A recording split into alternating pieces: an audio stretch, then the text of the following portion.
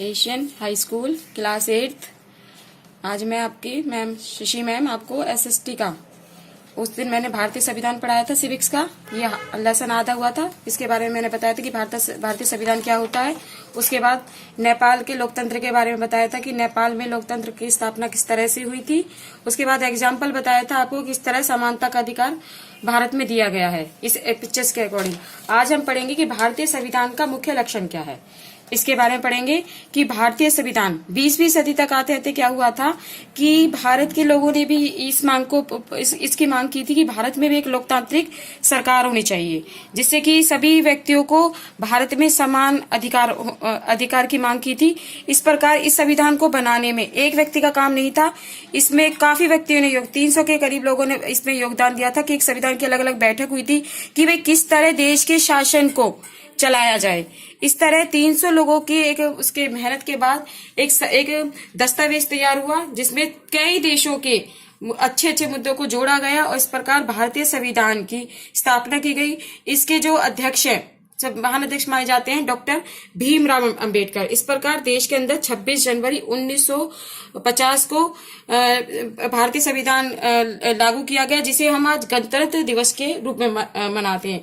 उसके बाद क्या है कि भारतीय संविधान को कई इसका अलग अलग उल्लेख किए गए हैं संविधान के अंदर, जैसे कि है संघवाद। संघवाद का मतलब होता है कि देश में एक स्तर की सरकार का होना, कि एक स्तर पर ज्यादातर सत्रों का एक से अधिक स्तर पर काम करना, जैसे कि केंद्र सरकार होती है, पंचायती सरकार होती है, राज्य सरकार होती है। इन सरकारों का अलग अलग कार्य होता है जो कि केंद्र शासन पर निर्भर करती है। केंद्र के अंदर ही सारे कार्य होते हैं कि राज्य सरकार होती है, आपके जिला के स्तर पर कार्य होते हैं, पंचायत स्तर पर कार्य होते हैं। वो होता है आपका संघवाद की एक देश में एक से ज्यादा स्तर पर सरकारों का कार्य का होना, कि किस स्तर पर अलग अलग कार्यों को बांट दिया जाता है और कार्य होते हैं।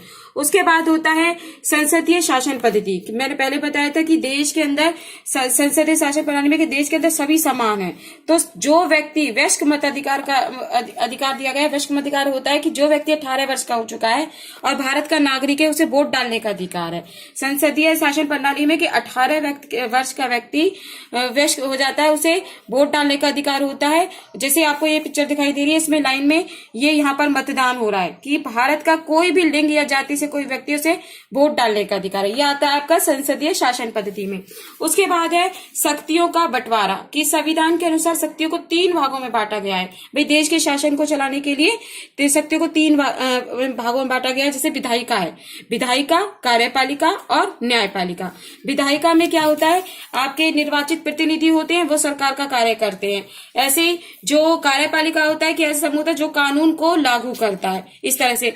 और न्यायपालिका होता है जो न्यायालय की सारी व्यवस्थाओं को देखता है। इस प्रकार संविधान के अनुसार जो सरकार है वो कार्यों को 3 भागों में डिवाइड करती है, विधायिका, कार्यपालिका, न्यायपालिका। उसके बाद आते हैं मौलिक अधिकार। ये देखिए आपको मौलिक अधिकार दिए गए।